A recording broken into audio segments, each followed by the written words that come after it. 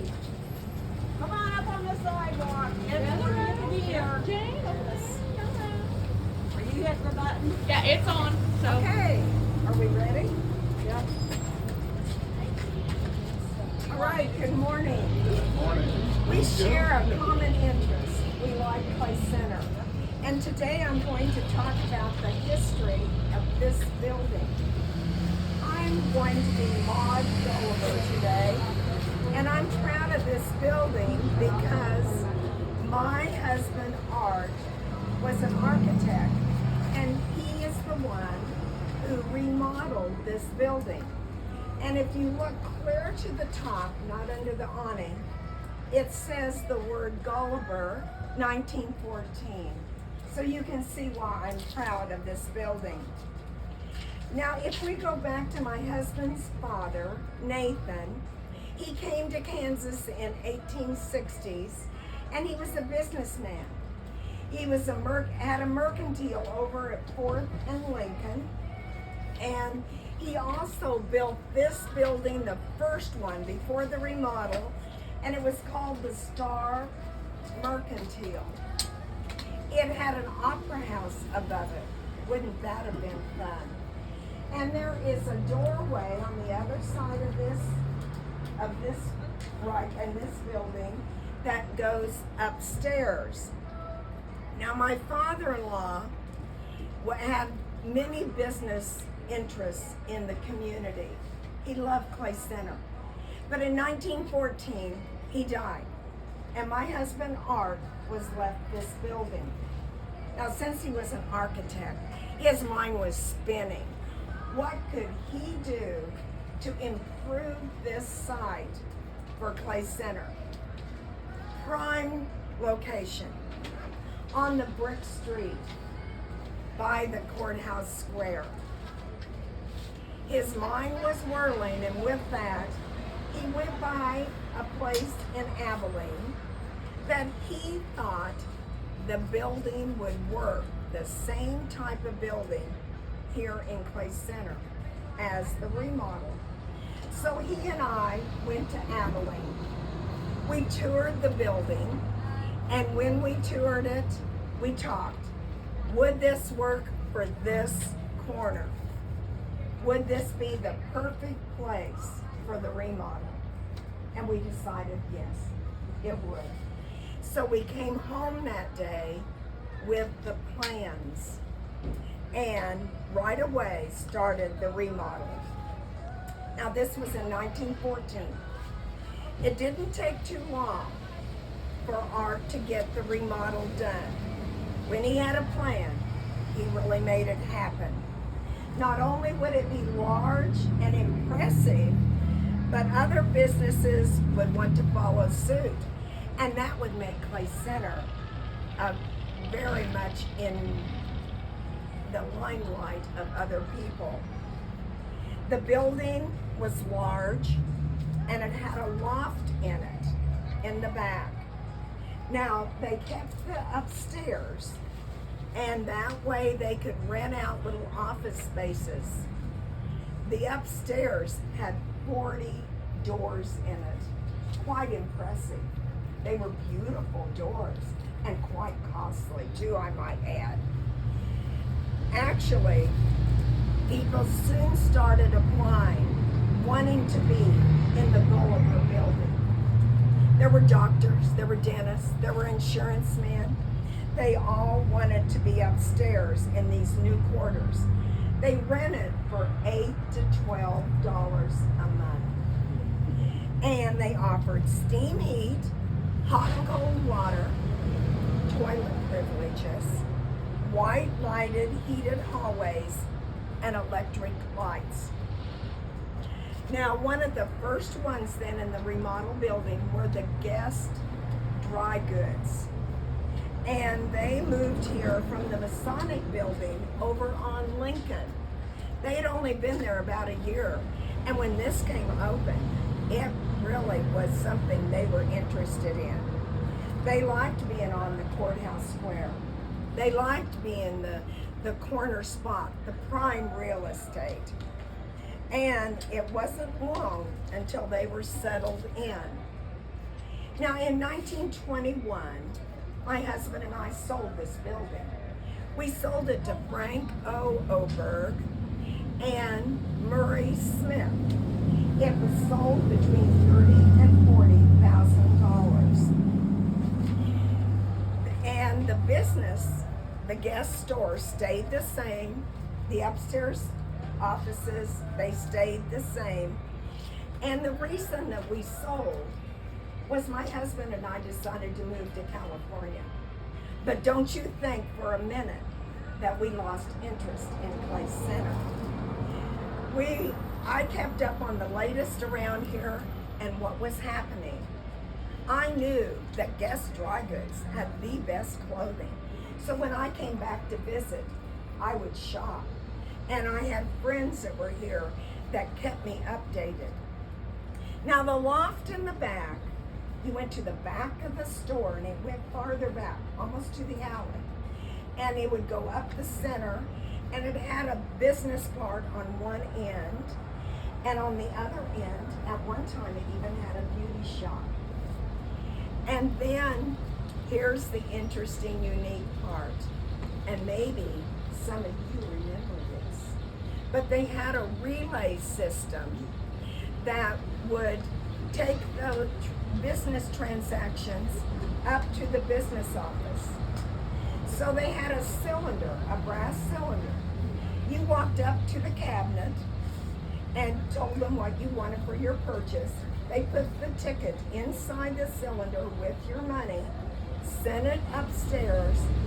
If there was no change to be made, it was just a ticket coming down. If there was change to be made, the change came in the cylinder. And it was quite unique. And children loved watching those cylinders go back and forth. Now the dry goods consisted of sheets, blankets, dresses, $1.99, coats, flour sacks, 23 cents a piece, underwear panties, 3 for $1, slips and other unmentionables. And they had fabric and patterns. If you wanted to create your own, you looked through the pattern books. And underneath the pattern books, you found the pattern in your size and then stepped over to the fabric to be helped so they can help you make your purchase. The north side of the store, inside the store, had a gated area. And it looked almost like a little picket fence type with a flat top, but with a door that unlatched, and you went down the basement, and that was where the bathrooms were. Also, on this gated, right by the gated area, in the month of December, Santa came, and children would come in, tell their request, get their little brown sack full of candy. There was also an entrance door on the north side of the building. So if you parked on the north side, it was easy to go in and out. Clerks in Guess Dry Goods were women who dressed up for the occasion and for their employment. They were very official. They took their jobs seriously. Most clerks worked here for years and years and were like family to each other. Now, stores were open every day but Sunday, never on Sunday. And on Saturday nights, let me tell you about Clay Center. It was bustling. Stores were open until 9 p.m.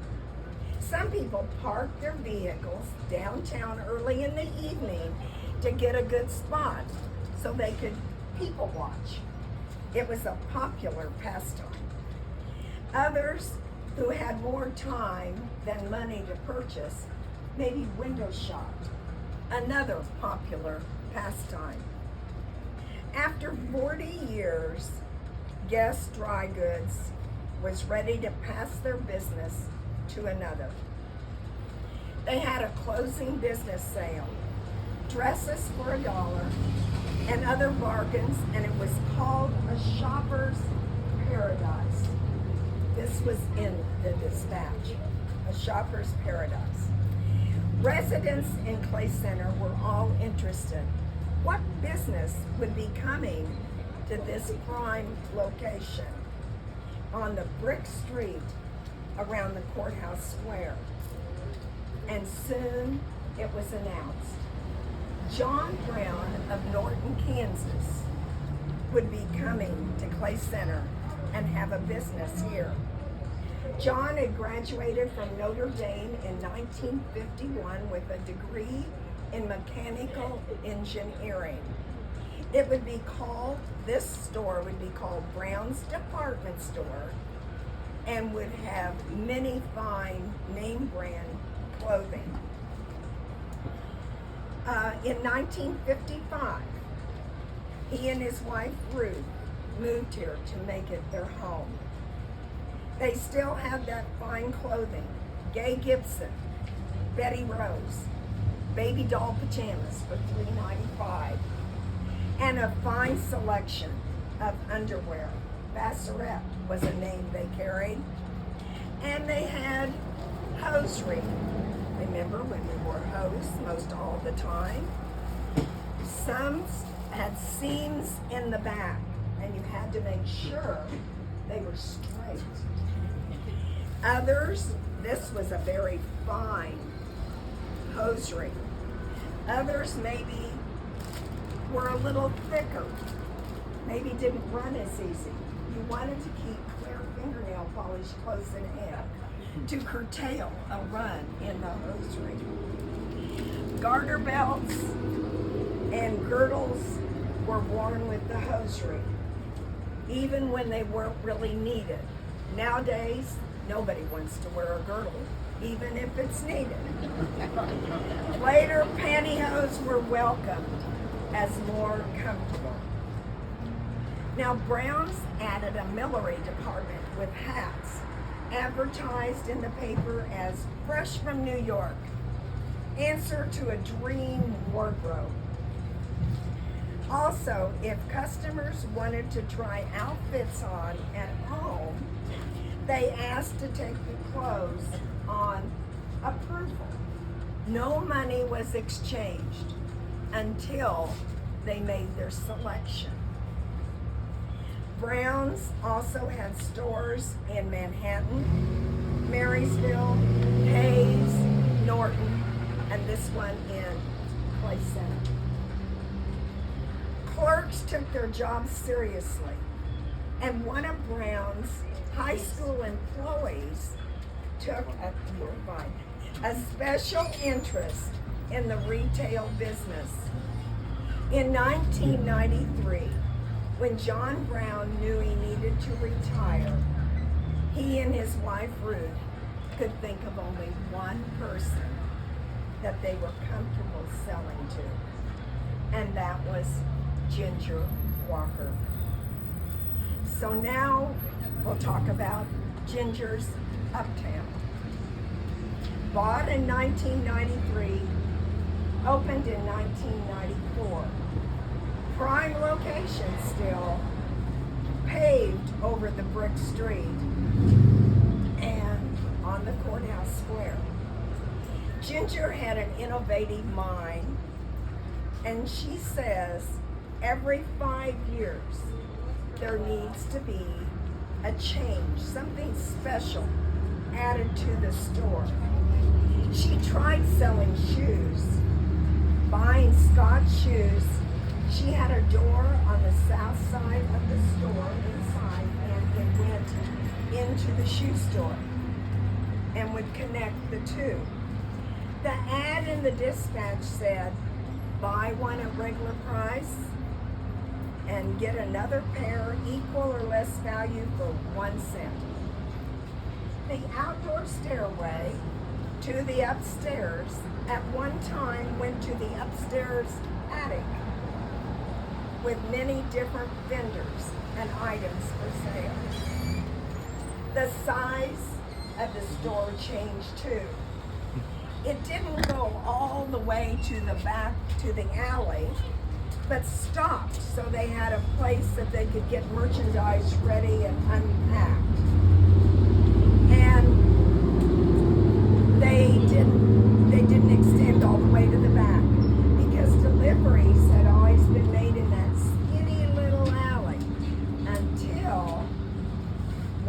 delivery trucks hit Ginger's store and caused quite a bit of damage.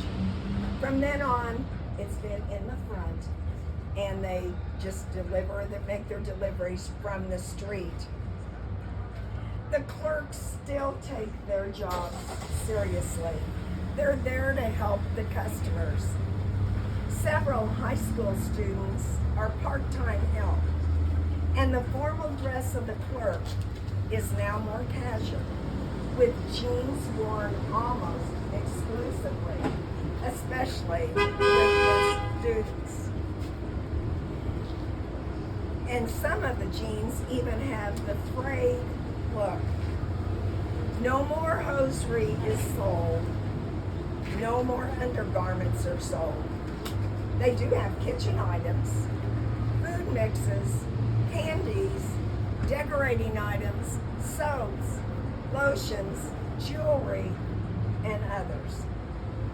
Ginger has had this store since 1994, and she's a businesswoman to be admired. She has a progressive mind and has many walk-in customers as well as a thriving online business. Special occasion events happen with good turnouts and good reviews.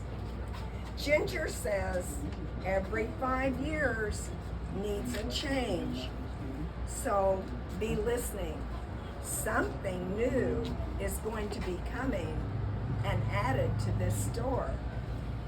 The windows and the front door are very up to date and inviting as they've been through the years. You see out-of-towners coming on a fun outing.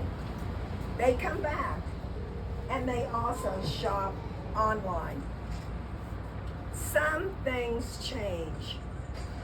Some things stay the same. And I, Maud Gollober, want you to know how thankful you should be to live in a community with caring business owners. Still, the business isn't open on Sunday. Still, prime location. Still, wonderful customer service. Still, on our beloved Courthouse Square. How thankful we are for the heritage and the present day businesses we have in this community. Thank you.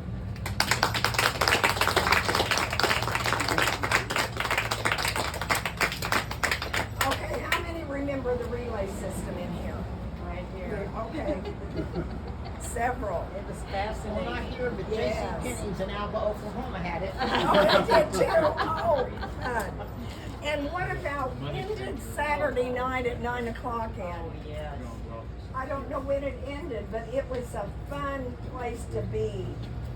My mother used to go buy her groceries at Thriftway down the street, but she put them up at the front of the store so she could do the rest of her shopping, and then go back right before 9 to get her groceries that were already paid for. Anybody visit Santa in here? No, I remember doing that, and I can't find that anywhere, so that was my own little thing. Hope I didn't dream it. Okay, any questions? I remember getting a nickel to go to Duck Wall so I could get some candy. Oh, and probably be out of your mother's hair for a little while so she could shop. That's right. Yes. We just walked down from here to the, because I worked here at Brown's, Oh, you did? Okay. Health's drugstore. Yes. For a nickel cherry Coke, or any kind of a Coke that they would mix for you. Yes. That And they was also back had in some dishes in here, did they, when you? Yes, they did. Because I got a cup and saucer from Ruth Brown when I graduated from high school. So I remembered that, but And the girls that worked here were sisters of a Dexter, Rita and her Yes. sister Rose was their last name. yes. 50-something years they worked for Guest and Brown's. Well, they were family, and then everybody seemed like family when they were here. Anything else that you remember, or it's always been a a place that you love to shop all through the years. So it's fun. I do want you to notice the name Gollober at the top, and it says 1914, and that was the remodel. And then of course, Ginger, when she remodeled and made it a little bit smaller area so they could work in the back. I'm sure Ruth and John had fun watching her and her remodel, because she had good ideas and still does. Yes. How are we doing on time? I think we're right on time. I think they're Okay. ready to move. Okay, well, thank you for coming. Thank you. It was interesting.